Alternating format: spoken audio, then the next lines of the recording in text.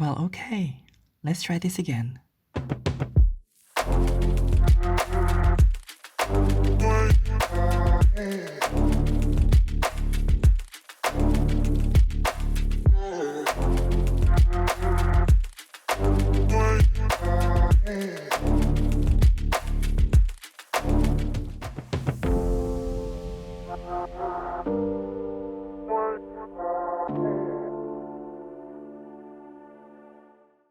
Hello, hello, bonjour, my people. How are you? How are you doing? Yeah, I tried recording this podcast once already yesterday, and the sound was just too bad. So it's coming out a little late today because, well, I'm recording again. So yeah, that's why you had this little snippet at the beginning. So actually, what I wanted to do was find a cute quote from Miss Candy Ferocity from the show Pose. And yeah, but I couldn't find a quote that was, um, I don't know, like powerful enough. Like the whole character was powerful and and deep in many ways, but I couldn't see like one quote. But I don't know. I didn't have time to like go back and watch 2 seasons, 2 full seasons. Well, 2 seasons and a half because her ghost kept coming back. You know what I mean? Um, and that is not a dig. But that was interesting. So yeah, no quote from Candy Ferocity, but um, we're actually going to talk about Angelica Ross today. That's why I was looking for that quote. That I was sure everybody would would identify. But it's okay. We're just gonna go straight into it.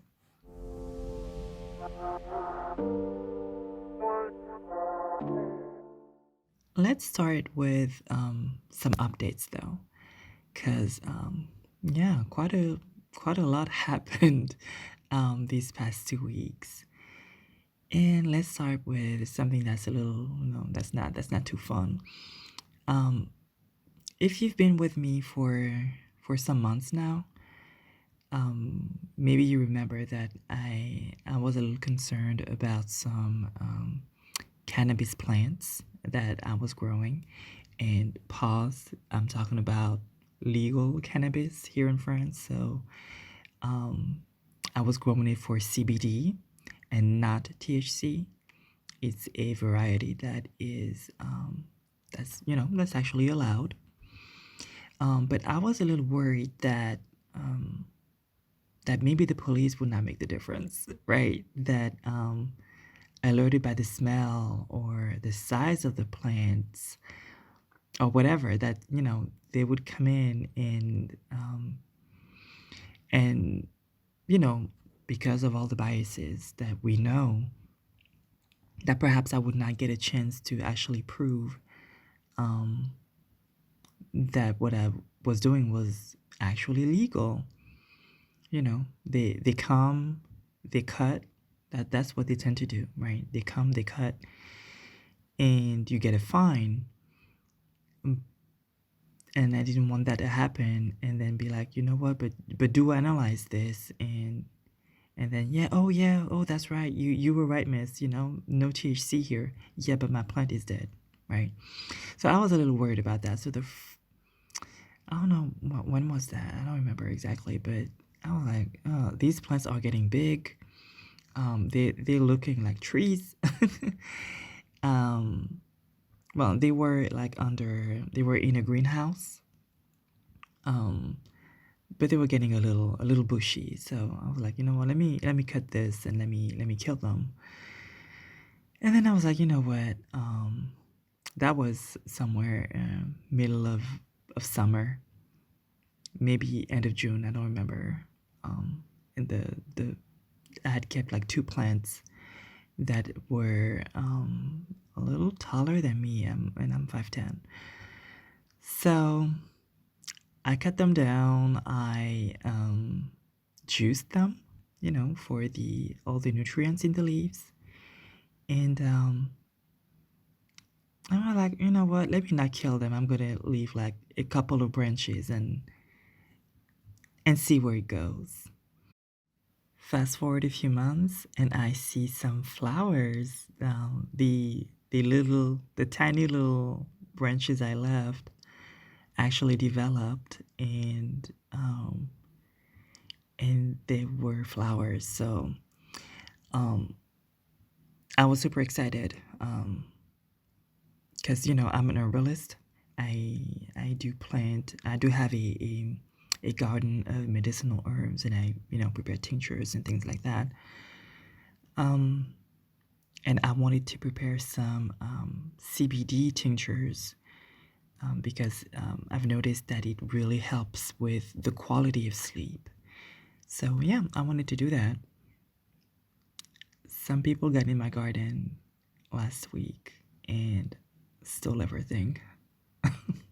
They just they went in and snapped and you know snapped things away. And yeah, I they they they killed they killed one plant completely, and the other is like almost dead. But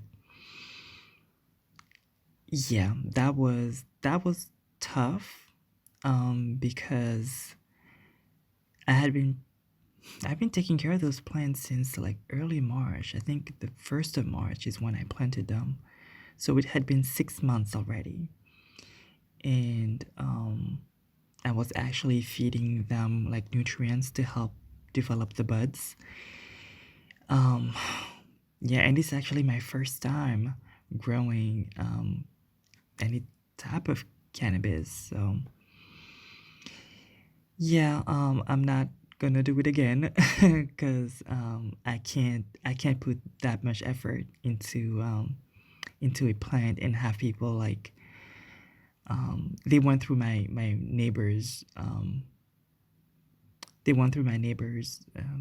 property first in order to get to mine because it's more complicated to get to mine because of the well anyway it's we're not going to get into all the details, but they came through the neighbors, and I don't know if they heard something, if they heard somebody speak. I don't know if they I don't think they could see it from outside of the property.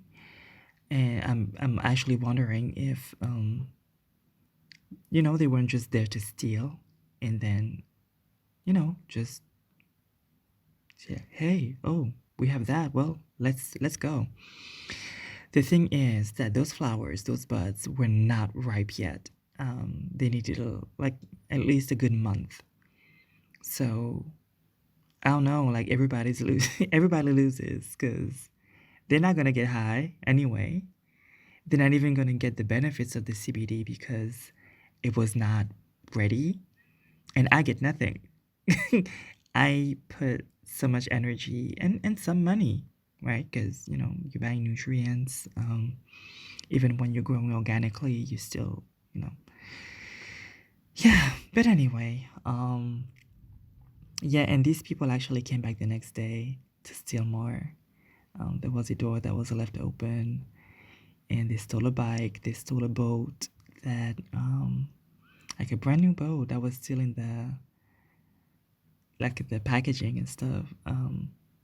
Just to, it was a small thing, like a canoe or something like that, but just to, like go on the river, not far from the house. So yeah, yeah, that stuff is gone, and so we upped the security. I bought a camera, which still needs to be installed, but I tried, I tried it and everything's working. And yeah, that part is a little tough because it's like my home is my sanctuary. It's where I don't want to feel like the outside world can reach me. It's where I want to be um, with my early morning face and not worry about it is where I want to, you know, dress like a potato sack, whatever.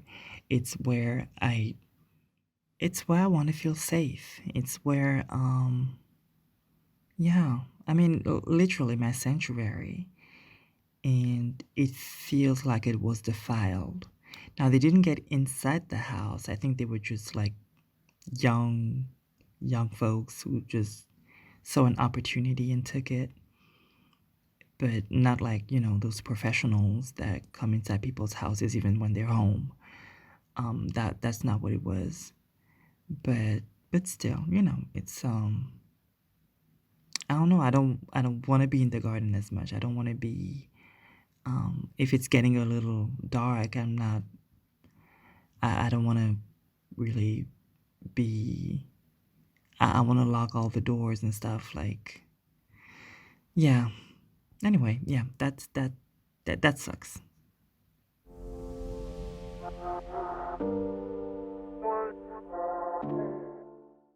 But I also have some great news. And when I say great, I really mean great. So remember these contest I was telling you about a few weeks ago? The Transtech Social Monica Roberts essay contest? Well, I'm one of the winners. And I am like, I don't know, I feel like a little kid. I'm super excited. I feel really, I feel honored. I feel seen. And, um, and I feel like it's a beautiful thing that people who share an experience with me were, sat down and looked at my work and said, hey, we connect with this. And yeah, that's a wonderful feeling. So I'm super happy. I'm please like go and check it out. Absolutely do that. My text is called Island Girl in the Castle. And the theme I chose was they offered like a few themes, a few prompts. And the one I chose was a letter to my younger self. So I wrote as myself today, 40, writing to 12-year-old me. And that's a really important time for me. That's a time when I had already taken a lot of decisions that I was implementing them, decisions I had been taking since I was 6 years old. And I was cementing things, but I'll let you read and see how you connect or not, with the text. Let me know. Also, please go and have a look at other the other winners' submissions. They were really different style from what I do. So that was interesting to see how our writing styles, also what we chose to talk about and how we chose to talk about them. And I enjoyed reading their submissions as well. So I encourage you to go and see Louis Mitchell's submission, and this person is the won the grand prize, and I believe the title is Family Tree, and it actually reminded me of some of Nalo Hopkinson's work. I'm thinking specifically about Midnight Robber with there's a whole community that lives in a tree, right? It's like their whole entire lives happened there. And I know it's not exactly the same theme. It's not going the same places, but it did conjure up that image for me. And Yeah, I mean, all I can say is please go and check them out. There's also Aliela Wanjiru, and I hope I'm pronouncing the name correctly, who is a runner-up, and their text is Pride Past Prejudice.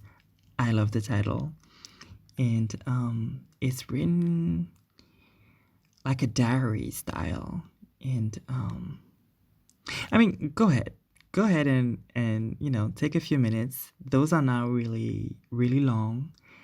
Um, take a couple of minutes and sit down, have some tea, and enjoy art by trans creatives who, you know, poured a little bit of their soul for you in a little piece of text. So go ahead, and of course, there's mine. Lily, Island Girl in the Castle. So go ahead and support us. Thank you.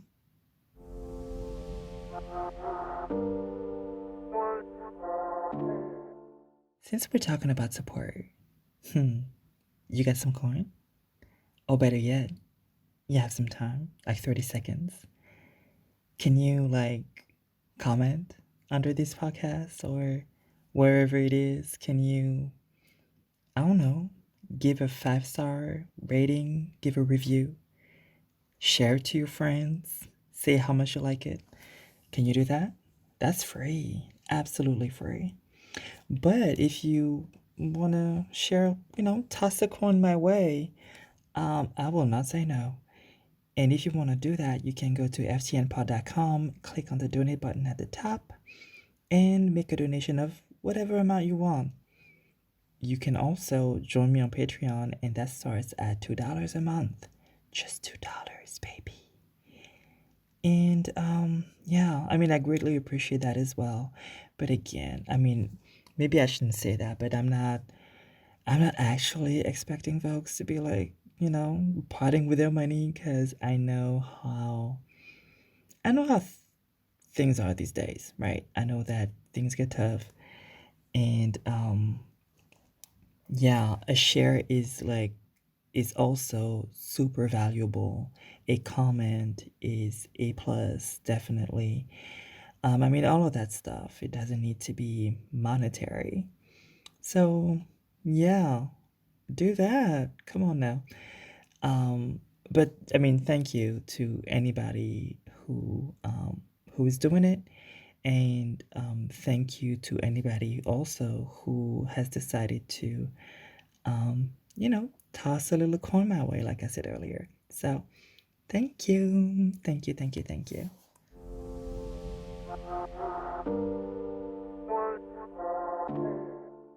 All right, so these were some really long updates, and I'm sorry, but I do get verbose. Oh, yeah. Did you notice that I did not say it would not take long today? Um, yeah, because I didn't want to lie. So, yeah. Um, today I wanted to talk about the Angelica Ross situation. Okay, let me not turn it into something weird, because it's not. I'm not a celebrity blogger or whatever, and I mean I'm not really into that. But really, the situation, which I'm going to get into in a little second. Come on now, come on. Bear with me. Yeah, it's just a reason for me to maybe analyze things a little further, or talk about something that it's making me think about. But here goes. A few days ago, I was on I was working, and then boop, alert, Angelica Ross is having a live. I'm like, um, I don't need my brain right now. I'm doing things that don't require much attention, so let me go and listen. And she went into the working conditions on the American Horror Story set. And there are two parts to this. First, there is racism, and there is transphobia. Let's get into the first one. So there was a guy who was working on the set, I don't know, in some tech capacities, whatever, who was wearing racist t-shirts or t-shirts with racist messages on them, the maggot kind of messages like build that wall and so on and so forth. People were noticing that. People were apparently feeling weird about it, but nobody was doing anything. And at some point, this person was actually like in Angelica's face, not attacking her, not doing anything to her or saying anything to her.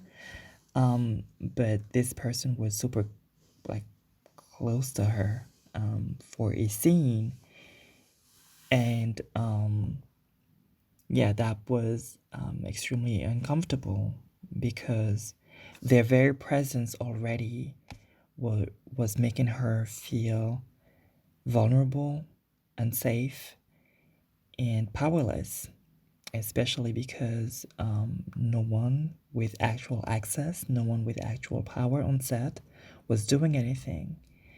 So when she complained, the retort was, well, we can't really do anything, but it's their freedom of speech, etc. I mean, I thought freedom of speech was about the government. I did not know that freedom of speech was for private companies. Oh wait, it's not. Okay, well, whatever. Um, so that's weird, right? It's like let's not make any effort. That's what I'm hearing. If I were if I were Angelica in that situation, that's what I would have heard.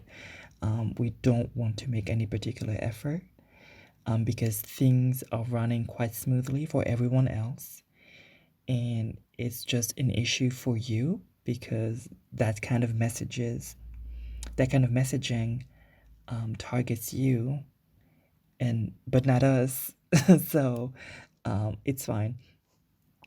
I mean, let's be honest. That's how I would have received it. And they actually did something about it, but only after she called I believe the director or the president from Ryan Murphy's production company, and also posted a tweet, which got Ryan Murphy on the phone with her, cussing her out.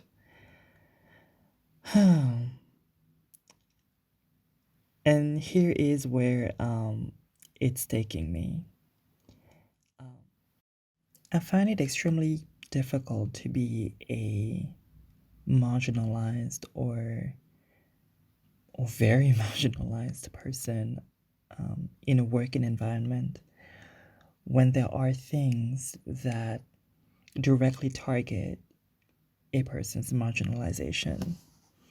So in this case, the person is wearing some racist messages. We all understand that it's messaging that signals an affiliation with a certain branch of the Republican Party in that specific case, right? With the more authoritarian, racist, queerphobic, all the isms are represented in that specific segment. So, as a person who embodies a few of the identities that are targets to this messaging and to the people who prop up that messaging, I have bigger interest in seeing that messaging and seeing the people who support it be away from all of us. Yes, but mostly away from me, right? So, Angelica Ross, Black, trans woman, that's like 3 identities that are under attack. And we're talking about a dark skinned Black trans woman, right? And because other people feel like they're safe, they're not doing anything. But then when the person who is the most marginalized, who has the less access to power, actually says, "Hey, no, I mean this has to stop," suddenly they become the problem. Suddenly they become the person who oh, there's an expression for that in French, and but I mean, if you translate it, it means the person through who scandal arrives. Um, so they become that person, and what happens is that the people who actually had the power, who could actually do something, now feel uncomfortable, right? But they don't. They don't link their discomfort to the person who created the situation. So in this case, the person with the racist messages. The discomfort is linked to the person who made them aware of the situation. And now, because you have disturbed my peace, you have to be punished. Do you understand what I'm saying? As a marginalized person with multiple marginalized identities, it's like you can never win. You either have to be subject to the violence, even if it's psychological violence, right? It's still violence. You have to deal with the discomfort. You have to deal with feeling unsafe. Or if you bring it up, especially if you bring it up and you have any type of emotion, and I'm not saying that's what happened, right? This is just helping me make a larger point. So if you bring it up with, especially with some type of emotion behind your discomfort, then you are definitely the problem to be solved. And that's quite unfair.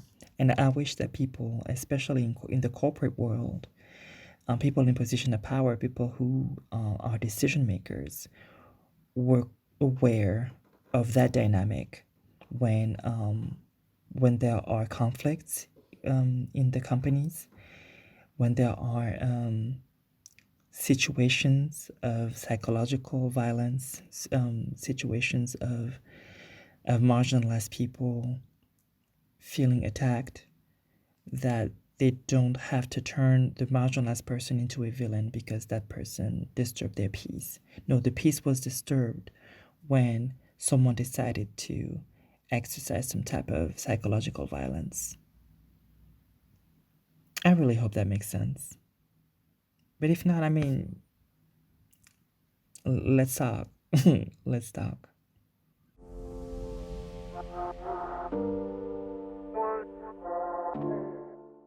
The other thing that happened to Angelica Ross on the set of AHS 1984, I believe, um, was with Emma Roberts. So as she describes, Emma Roberts had been a nightmare on the set. Those are not her words. This is me just summarizing things, because people had issues with her, with Emma, continuously. But anyway, we know about Emma Roberts and her antics. But yeah, in this particular case, what happened was the director, John, is it John Falchuk? I don't know which one John it was. Anyway, um, it was a scene where they were aging the characters, and you know, Emma Roberts wasn't really interested in being aged. Um, and Angelica Ross made a little joke like, you look refreshed, because her character had been like beat up. Um, but not Emma. And she was like, Emma Roberts was like, oh, John, Angelica's making fun of me. And, it's all fun, right? And John is like, ladies, come on now, let's get back to work. And Emma Roberts says, don't you mean lady? Insinuating that she's the only lady there, right? And after that, yeah, I mean, that's when things became cold between Angelica Ross um, and Emma Roberts. Okay, but I'm saying all of that to say, because, this is the tea, kind of, the tea part of it. But um, it's really, like, of course, that's disappointing, um, but not surprising, unfortunately. But what really burned my biscuits, as they say, is the comments online. And one particular type of comment where people say, well, why did it take her so long to, to say this, to reveal this? Oh, well, it's been a long time, so why even talk about it? Um, you know those things like, yeah, but it's been so long.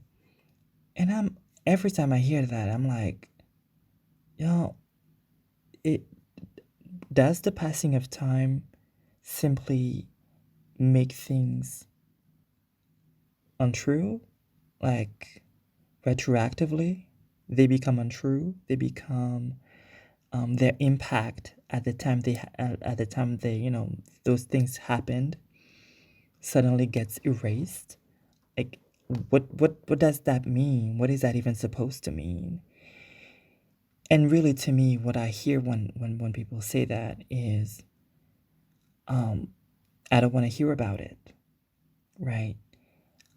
And I wish people were more honest about that, right? If you're not ready to have a discussion, if you're not ready to talk about this thing, because it's like, okay, I like Emma Roberts too much, and I don't really care about that dark-skinned black trans woman, Angelica Ross. I don't really care about her. I'm gonna support Emma anyway. Okay, just say that. Let's just be honest about it. You don't have to invalidate something that happened in order to continue to support whoever you want to support, right? So if you don't want to have the conversation, if you want to support whoever you want to support, if you feel like it's not important, if you don't have the bandwidth for that conversation, all of that is fair, right? I'm not saying it's right, but that's something you have a right to, right? Um, so all of that is fine, but be honest, right? Be honest, because really what it's giving is, okay, so I want to do this thing that I understand to be messed up, but I also want to save face. I also want to be able to say that I am a good person. Please divest from that. Just let that go, right? Because you're not fooling anyone. Saying it's been so long does not suddenly erase a sin of the past. Like what it will erase, what it will erase, you know, is maybe the anger. That will fade away with time. Maybe forgiveness will come. Maybe like understanding. Maybe things happened things happen afterward that lead to some type of resolution. Yeah, time does afford that, but time doesn't, like, if nothing happens, doesn't just erase the past. It's ridiculous. It's absolutely ridiculous, and it's lazy. People should just be honest with the fact that they don't want to do any type of work, and because when they're honest, when they're open about it, then we can move on and have conversations with people who are ready to have them. Right? It's that simple.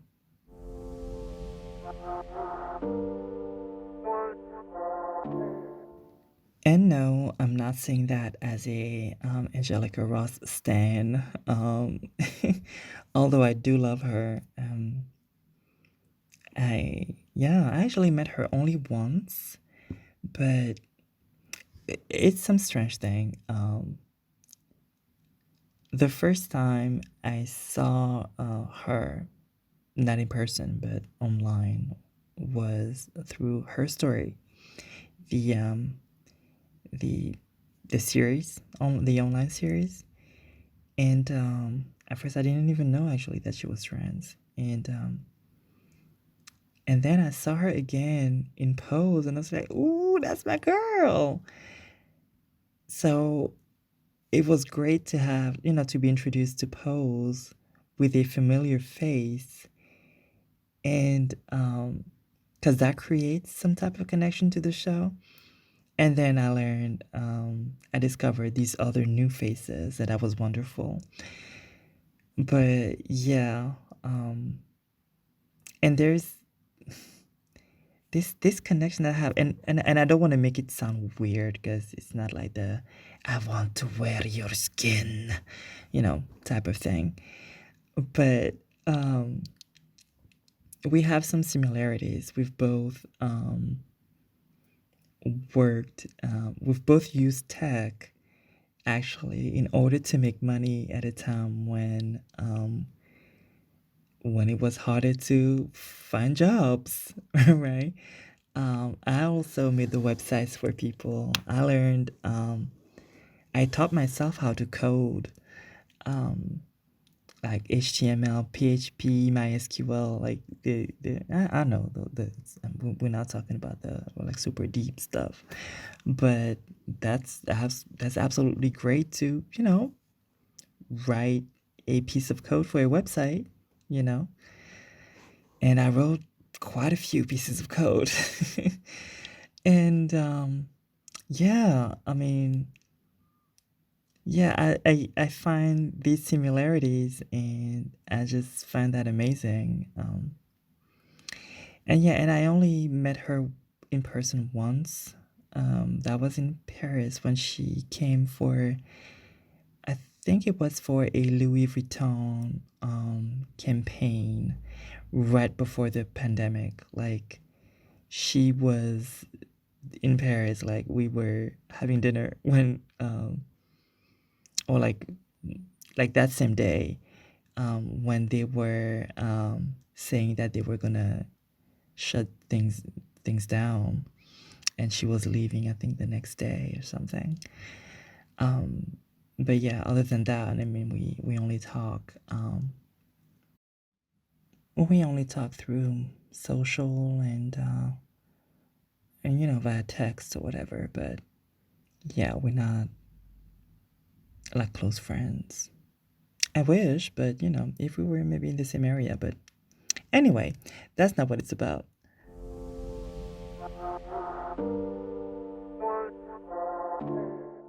Anyway, that's all I really wanted to talk about today. Yeah, leave me your comments. I want to know what you think. I want to, yeah, share your thoughts. Are you a stan of Emma Roberts or Angelica Ross? Like, let me know. You have all the ways to contact me in the show notes. You can email me. You can leave a comment somewhere. You can also add me on social media. I am on Instagram, Twitter, or X is it now? And oh, I am now on Fanbase.